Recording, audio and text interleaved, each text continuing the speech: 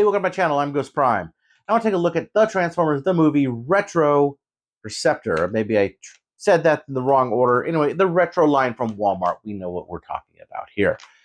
I got this guy from In Demand Toys. I'm not sponsored by them. They're a UK distributor, and they actually have them in stock, and he's showing up in Canada now.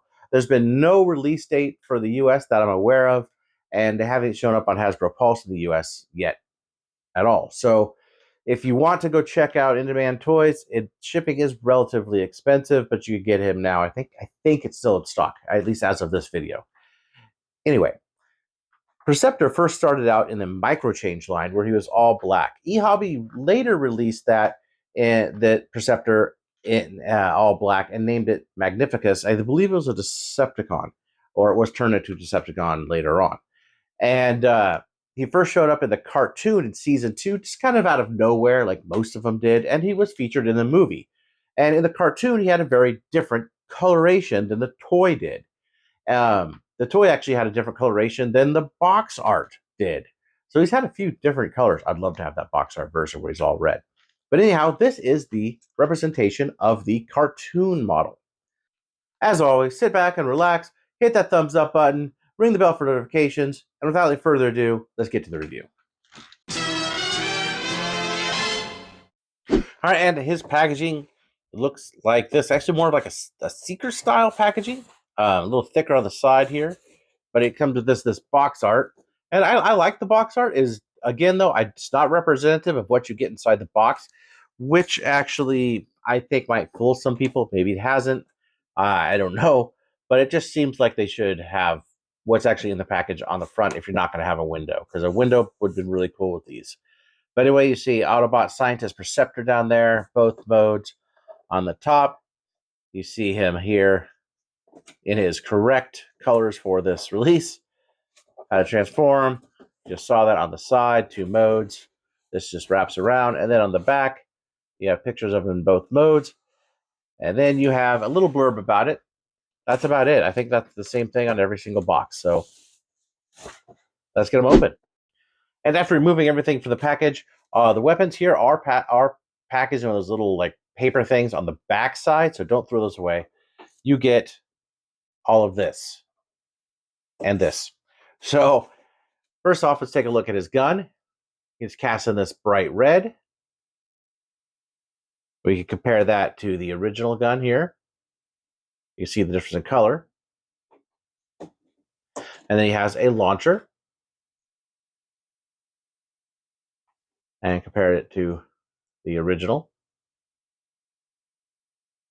Like that. The reds are different. A little bit of the like how deep some of these like the big hole on the side is different. Same right there. And he does get 3 missiles. And comparing this to the original, you see it's a much different red. Actually, the original has a brighter red on this case. In this case, almost an orange red. You get his piece here. So the lenses on this, I'm not gonna be able to see it, but you can't see through it. They're blurry. That is something I don't like. It does have some assembly where you just take it here and be careful not to break it. Put it in, put it down. It's assembled. We also get his instruction sheet, which I wish these were a little bit nicer than these 2 color instructions. It would have been a lot nicer to see that. But it shows basically how he transforms in a very simplistic manner. Although it does not show his tank mode. But it still says that you're supposed to be able to see things through it, at least adjust. It doesn't. It doesn't. It's like eyes. You can look through it, but it actually doesn't work. It was obviously intended to work. So I'm not sure what happened there. And this is clear on his chest. I don't know. Let's take a quick look at him. So here's the paintwork. You see he's got blue eyes, silver painting on the face, the yellow head crest.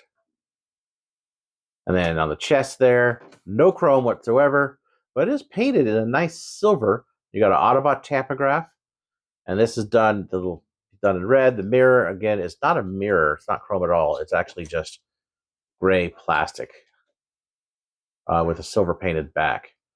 The arms are just red plastic. The blue, no chrome here. Also take those off. Moving down, it does have a tampograph here, like this is just like the cartoon.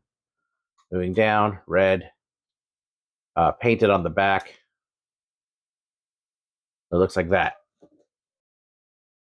And you can, of course, have him hold his weapons. And he holds them really nicely. And this is the old missile, the vintage missile. It will fit just fine in the new launcher. The one thing I do have to say, though, about the old launcher is this is like on a spring. There's no actual spring in no launching mechanism for the missile, but this piece is a spring, where it is not on this one. All right, first let's get the comparisons, and let's compare him to his cartoon model, since that's what this is based off of. And as you could see, it actually is pretty representative of the cartoon. It's the coloration. He's got the red here. He's got the lines here where the stickers were on the original. So I think it's a pretty good representation of that cartoon model. It's not too bad. Next up here is the Studio Series version. As you see, the colors are almost identical, with these being a little bit lighter. I think all the colors are a little bit lighter. Again, devoid of chrome, but the colors are very similar on these two, as they should be. And finally, the vintage original, like that. I think there might be a little yellowing on that chest. The original with all the beautiful, lovely chrome, dark red, and the blues. You can see the blues are very different.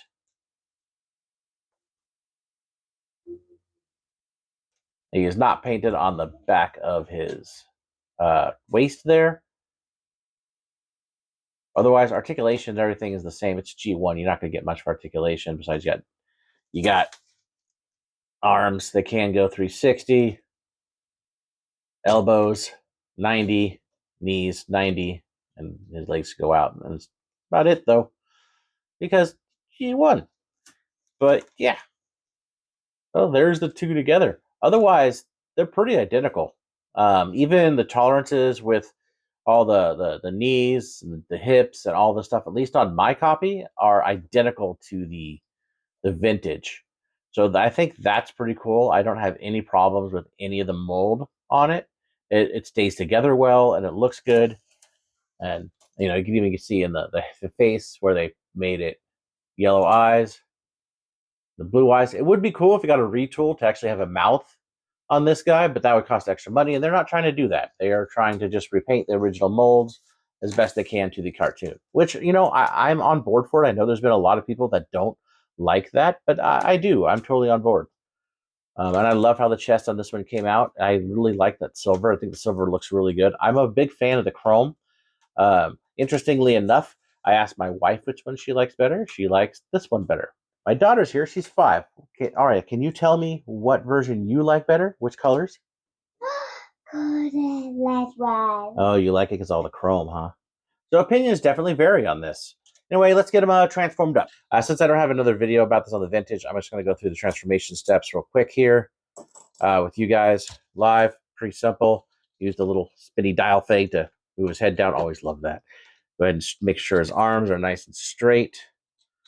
Put them out. Just go in. Just go in.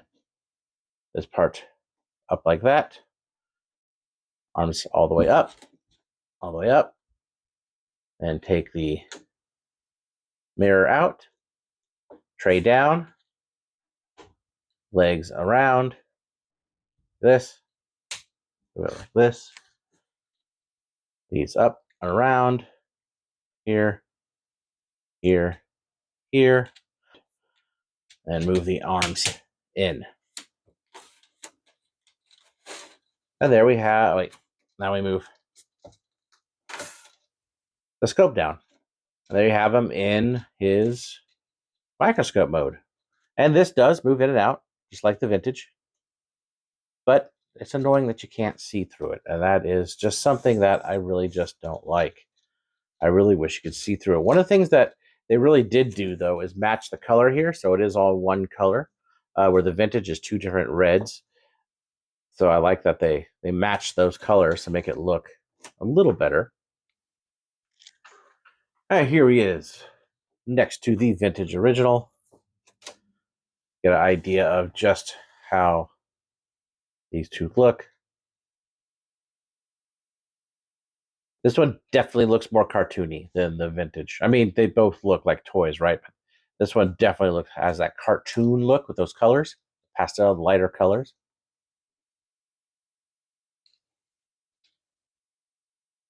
As you can see there, I'd get a little loose, but you know, age. And that's how they look together. And of course, there is a tank mode, which is really easy to put them into.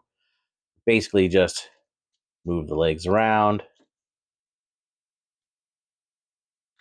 take out the wheels on the bottom there, those down, and there you have like that. And move those like that. And it rolls really nicely, actually. Anyway, let's get into some final thoughts on Perceptor here. And that was my look at Retro Perceptor. I love this toy. I always have liked this toy. I got it because he's a different color. And yeah, I dig it. It goes with the line pretty well. I actually really, really like it. Quality-wise, I think it's quite good, except for the scope. Not being able to see through it is a real bummer, because you should be able to. It even says so in the instructions, and you can't. That's a big negative for me. He does retain the die cast, and he retains most all the functions of the original, and he's actually pretty nice. He's different color, and a different color to me is a draw, because I never got the reissue because it was just exactly the same as a Vintage one I already have. But this got me just because it's different, and I like it. It's pretty cool. So anyway, if you like this video, please remember to hit that thumbs up button, leave me a comment. Let me know what you think of the retro line in general, Perceptor. I'd like to know. Thanks for watching. I'll see you next time.